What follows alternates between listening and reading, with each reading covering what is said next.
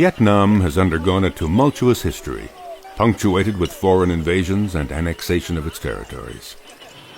The Kinh, largest ethnic group of the country, bear the richness of these encounters, but without ever allowing them to impinge on their culture and beliefs. Therefore, has Vietnam become, over the centuries, a land of mixed culture?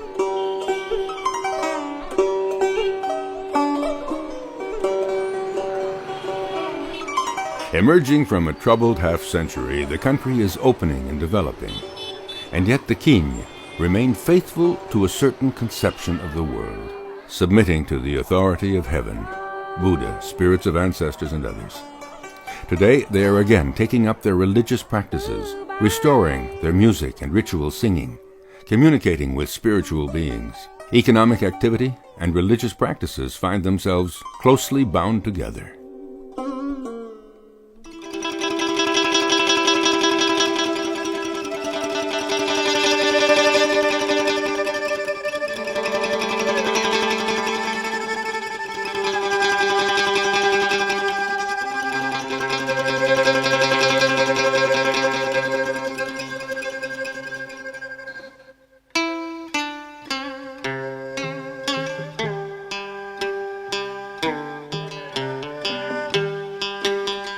The religious system of the Kinh is often presented as different from the three main disciplines of Confucianism, Taoism, and Buddhism. However, the reality is much more complex, composed of an interweaving of extremely varied beliefs.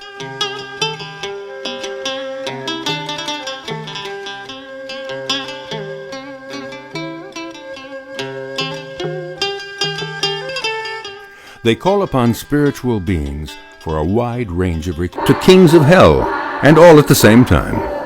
On the 1st and 15th day of each lunar month, the faithful assemble in large numbers to pray at the pagoda. But that is nothing compared to the month of the New Year, when there are vast crowds, no doubt following the dictum, praying at the pagoda all year brings less benediction than praying on the 15th day of the first moon. Sacred texts are chanted, and it's the monosyllabic structure of the Vietnamese language that produces this unique way of chanting. The melody is created by the various tonality levels of the language itself.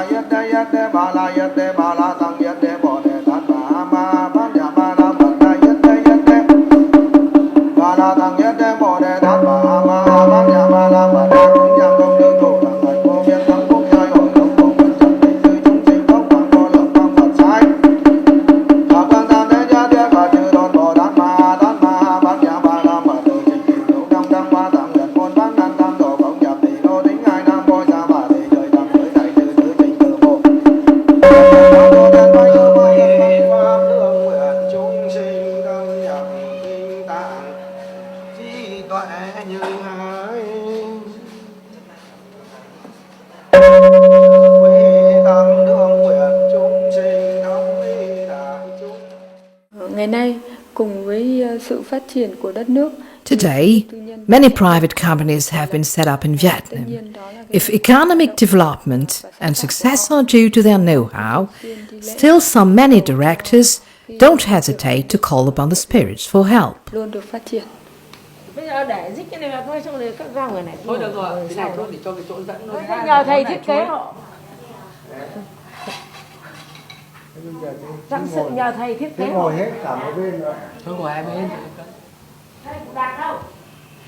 Rồi, có ghế rồi.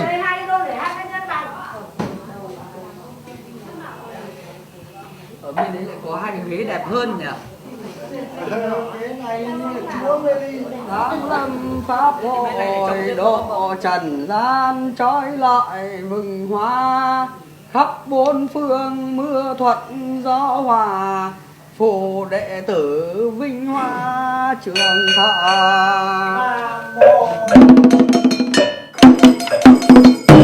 In this temple, alongside a company, a businessman has organized a ceremony of offerings for the good running of his company.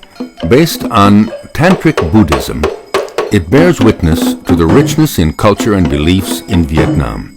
Still, this meshing of belief and practice is experienced here as something quite normal. No worshipper is offended by the diverse Buddhas sharing facilities with spirits in the realms of the sky, the earth, forests, and water. Neither by the presence of Chinese characters embellishing the headdresses of the ceremonial masters, nor even the Chinese language used in prayers, even though most worshippers can't understand it.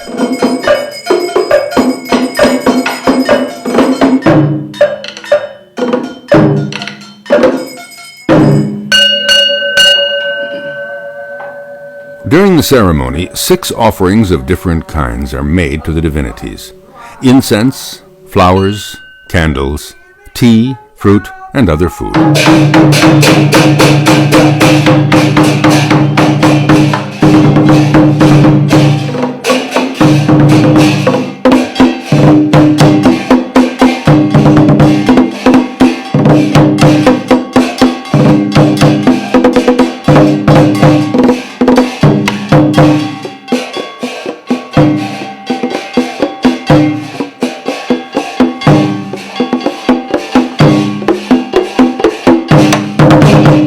At each offering, the dancers trace Buddhist symbols in the air with their hands.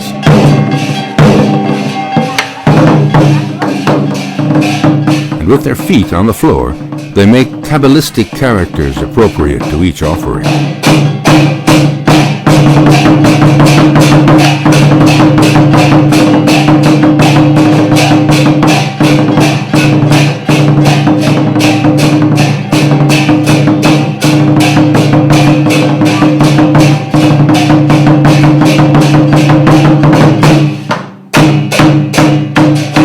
The percussion instruments that accompany every gesture of the ceremonial masters seems to give them an added dimension of power, making them even more effective.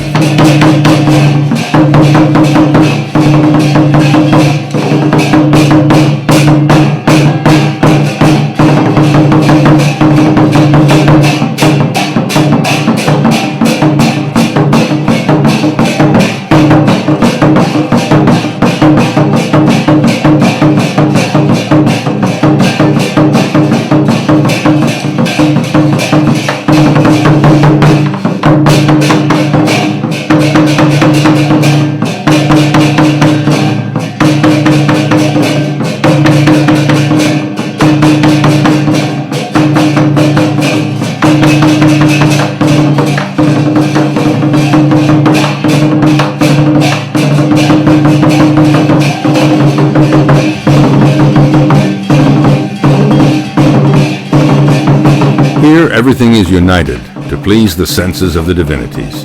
Music, dance, costumes, food, perfume, and the aesthetic refinement of the offerings. This consummate art of communication in a setting of beauty, in a sense, does contribute to the company's prosperity. It remains to be seen whether this increase is commensurate with the effort expended.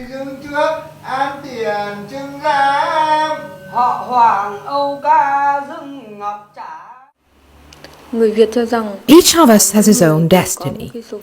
Years are good or bad depending on the star we are born under.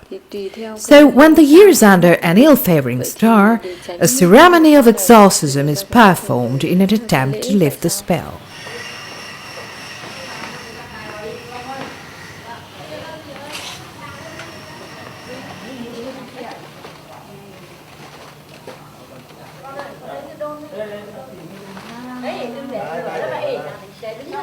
Có để đấy cũng được.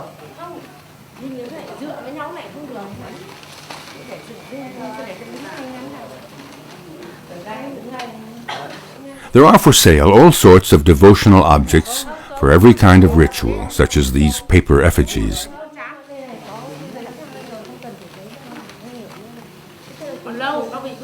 Ai hết cả văn hóa. Cái chỗ sớ ấy đâu bà để cả ra đấy. Không, cái sớ mà tiến mã đấy. Không khởi sạch này này. Cái tập sớ không mã đâu. Dương mã.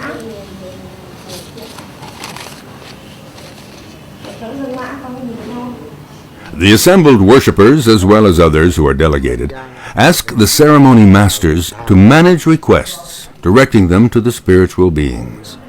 On these prayers, in Chinese characters, are written the name, gender, and address of each person.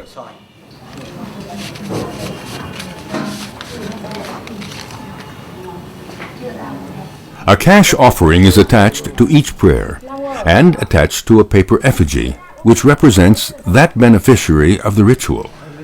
The gender of each effigy is determined by the style of headdress. The color red symbolizes heaven, where the divinities dwell.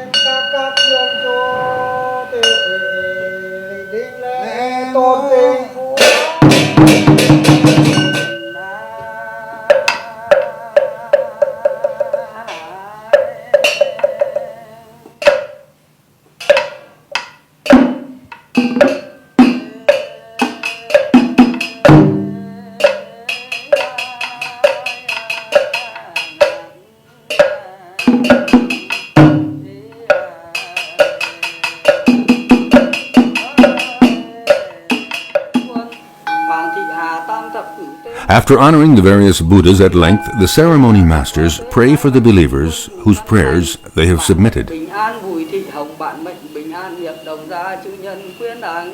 Nhưng cứ Việt Nam Quốc Hà Nội tỉnh Đông Đa quận Tôn Đức Thắng phố Văn Hương Hạ. Gia số nhất bá nhị thập vân quân Nguyễn Thị Hài. Hai niên đề canh nhị thập lục phế kim nguyên chính trị Thái Bạch Tinh Quân. Nguyễn Lê Công Bờ Tu Phương Lê Đương Cửu Thế Kim Liên Chính Trị Mộc Đức Tinh Quân Hiệp Đồng Gia Quyến Đảng. Kim mê cư Việt Nam hay quốc kim mê cư ấy tại Nguyễn Đi Công Long Liên Đi Canh Nhị Thập Thất Tuế Kim Liên Chính Trị Mộc Đức Tinh Quân. Nguyễn Đi Nam Dương Liên Đi Canh Thập Thất Tuế Kim Liên Chính Trị Thái Âm Tinh Quân. Nguyễn Đi Thị Mai Anh Liên Đi Canh Ngũ Tuế Kim Liên Chính Trị Thổ Tú Tinh Quân. This is the moment of the ceremony to determine whether it is possible to change the destiny cast by ill-intentioned stars. The game of sapex, ancient coins of little value, is a tool of divination that is used only with the greatest precaution, because errant spirits are roaming and may at any time disrupt the divination and therefore a destiny. That is why care is taken in mixing the rice and salt upon which they can gorge themselves. It is hoped that this will calm their eagerness for evil. 36 times the master asks the divinities to liberate each person from a bad destiny, while the suppliant cuts the trajectory of the falling sapex, a symbolic way to undo the bad spell.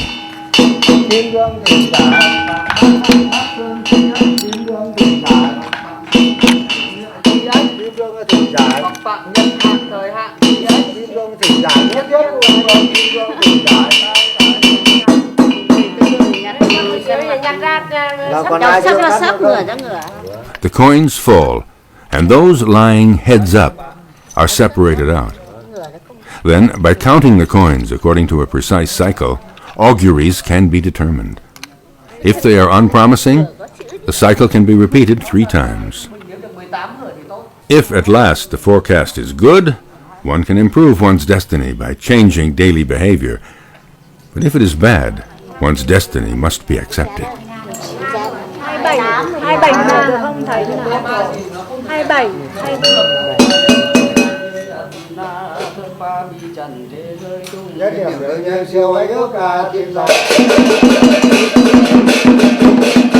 Before concluding, the master purifies the effigies and the offerings with incense and lustral water. With his mirror, he chases away the evil spirits and expels evil spells.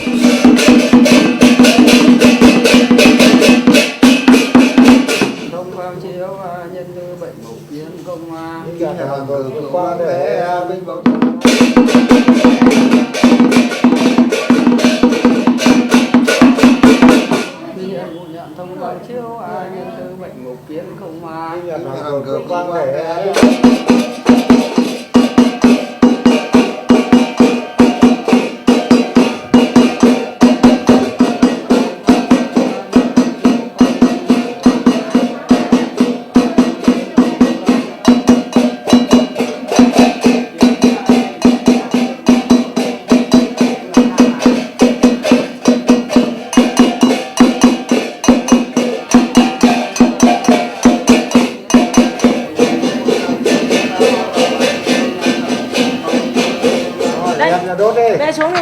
Wow. Bê dưới nhà đi.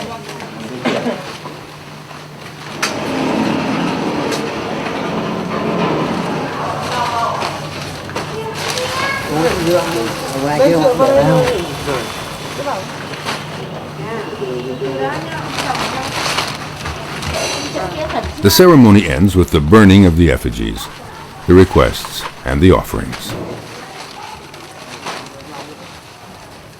With this final act, the physical material disappears, allowing its quintessence to attain the world of the invisible. The consumed effigy replaces the physical person in the universe of shadows so well that the evil spirits can prey upon them there with no evil effects on the living, who are thus relieved of spells and unfortunate destinies.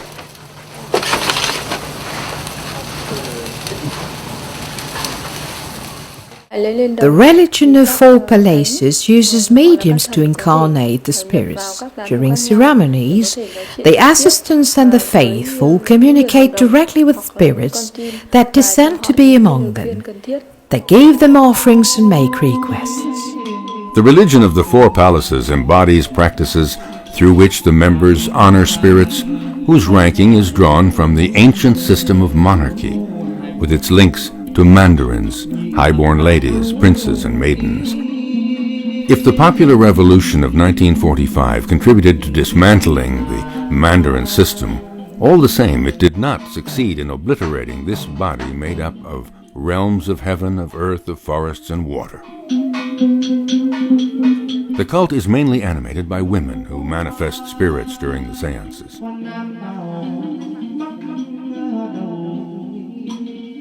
The assistants dress mediums in costumes, whose color denotes the nature of each spirit's realm.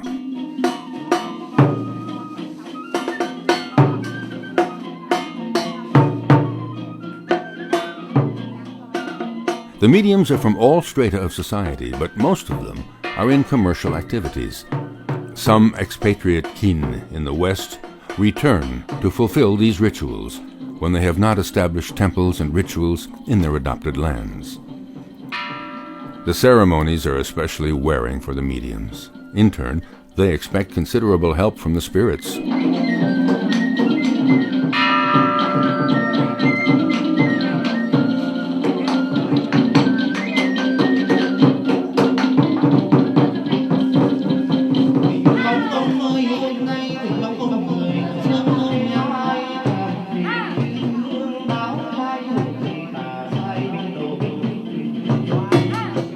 It is believed that the spirit enters the medium, whose gestures are then those of the spirit.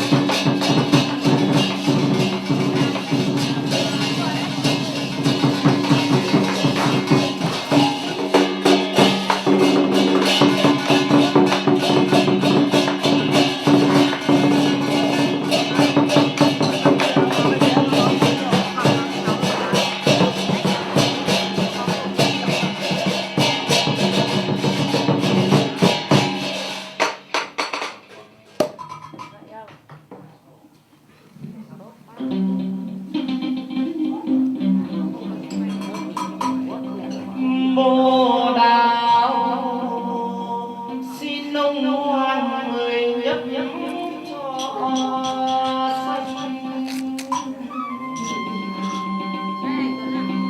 trăm hoa giao kết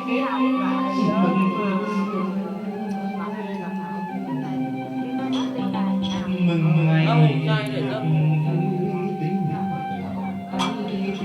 chuộc trên diều nhất tuần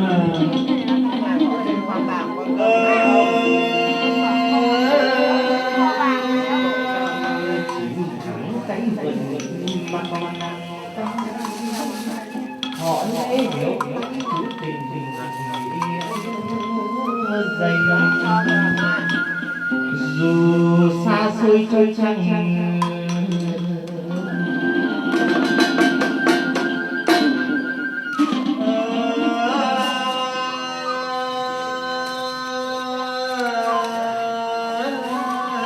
The spirits like to smoke, drink, dance, and distribute wealth and happiness.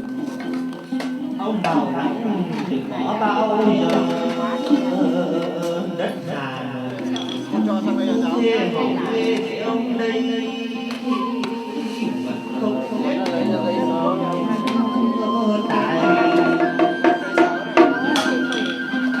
họ lên năm nay bao nhiêu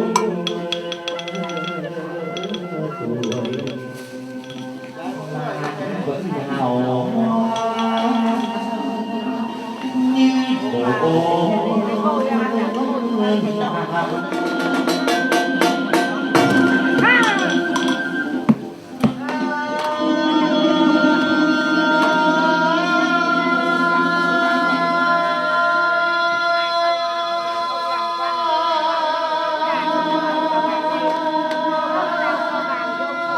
The medium's assistants don't hesitate to communicate with the incarnated spirits, asking them for all sorts of things.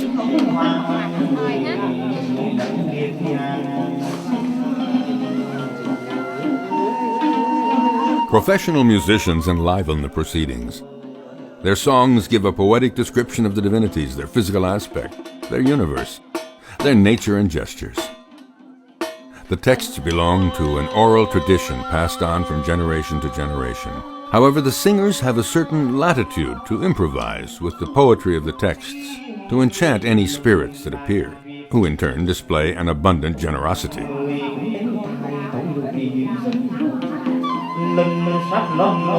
This music has suffered little change from the assaults of time. It has managed to adapt to the taste of the worshippers without ever losing authenticity.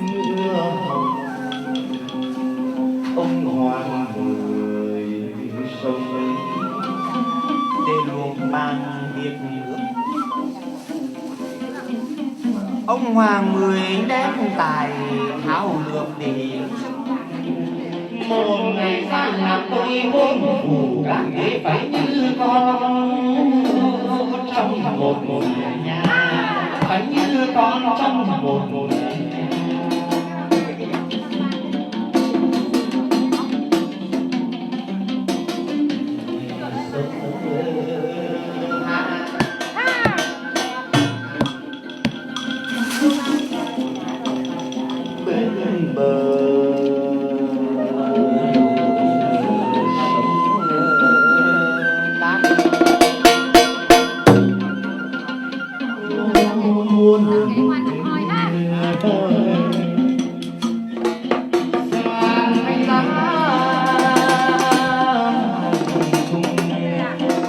Spirits come to inhabit the medium under this red veil. As one leaves, another arrives.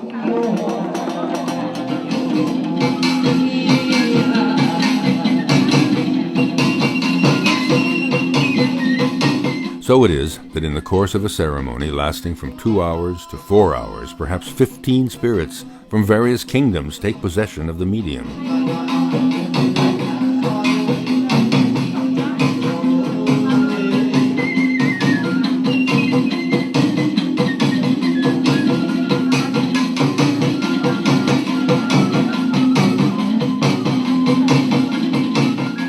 Rituel une vingtaine d'esprits va investir le corps de la médium.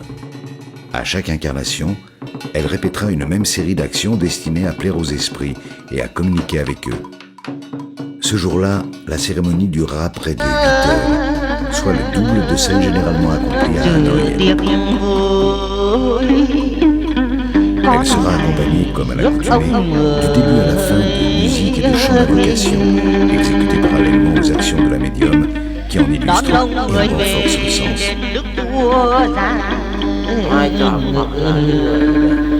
L'orchestre a pour rôle d'inviter les esprits, de les appeler afin qu'ils investissent le corps du médium. Quand l'esprit arrive, le médium soulève le voile rouge. Alors les musiciens chantent. Si le médium n'ôte pas son voile, les musiciens entament alors un chant différent destiné à inviter un autre esprit.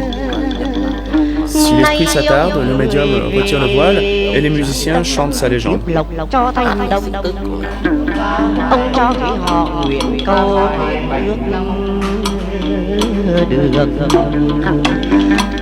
Les instruments les plus couramment utilisés pour la musique d'invocation sont le luth en forme de lune, un petit gong, une paire de cymbales et de tambours. Par le passé, ils étaient déjà les principaux instruments des artistes.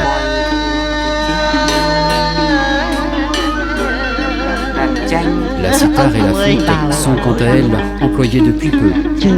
À une autre époque, on jouait la vielle à deux cordes. Dans certains lieux du sud du pays, on a recours au bois. Il s'agit de nouveautés destinées à rendre la musique plus vivante et plus attractive.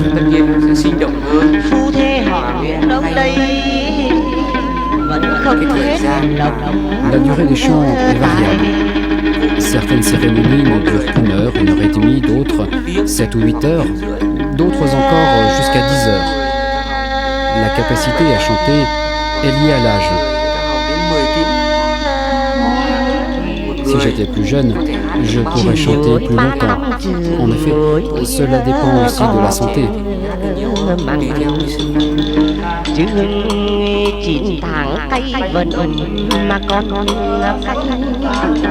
Họ nguyện ghế ông chữ tình nặng nghĩa dày. Dù xa xôi từ trên Hà Nội thì cũng về cửa Đức Vua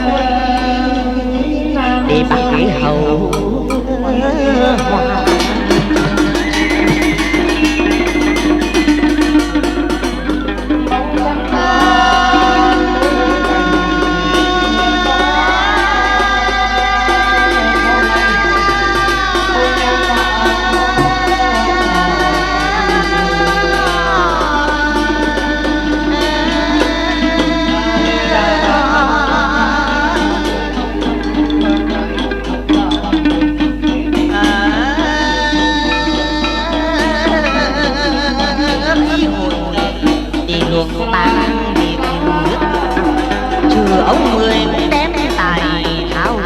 Les mains de la médium indiquent le sexe de l'esprit qui se manifeste. La main gauche annonce l'arrivée des esprits masculins et la droite celle des esprits féminins. Quant au doigt, il renseigne sur leur rang hiérarchique.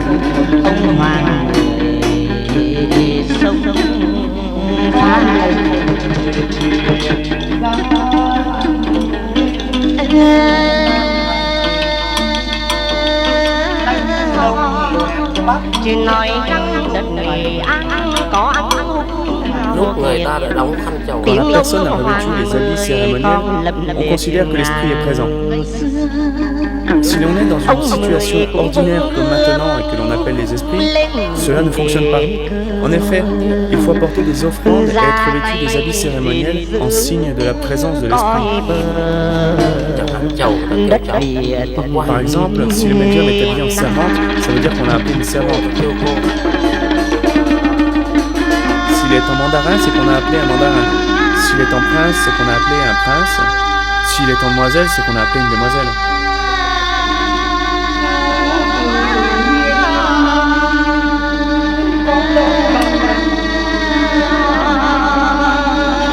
J'ai interrogé beaucoup de personnes. médiums m'ont dit qu'ils éprouvent une sensation particulière, mais qui ne dure pas tout le temps du rituel.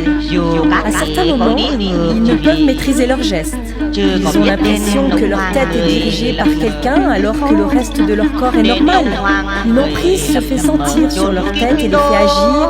Certains pleurent sans raison, d'autres parlent, d'autres encore perdent la voix temporairement, juste un moment et non pas tout au long du rituel. En résumé, ils sentent leurs épaules lourdes et ne sont plus maîtres de leur tête. C'est ainsi qu'ils savent que l'esprit est entré dans leur corps.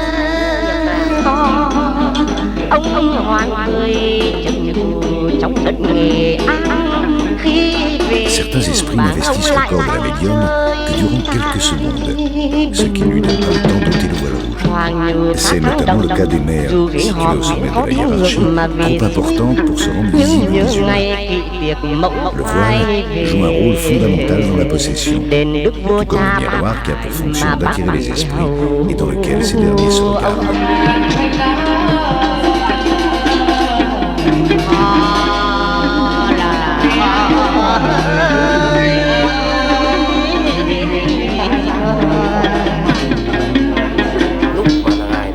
Pour servir les esprits dans les règles, il faut avoir un voile rouge, rappelant celui de la mère céleste. Il faut le détenir avant même d'avoir accompli son premier rituel de possession. Ce n'est qu'après qu'il faut acheter les vêtements cérémoniels nécessaires à toutes les incarnations d'esprit. La mère ne revient qu'au Vietnam, qui de tous les pays est le seul à avoir des esprits. Elle a vécu parmi le peuple et a sauvé l'humanité. Elle est l'un des 4 immortels.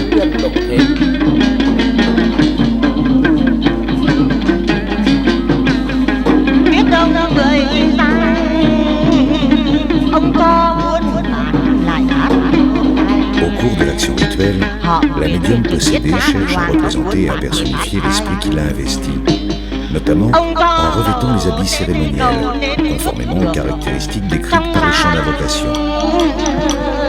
Toutes ces actions sont tournées vers la communication et l'échange avec les esprits, en respect des spécificités de chacun d'entre eux. Elles peuvent donc parfois varier en fonction du sexe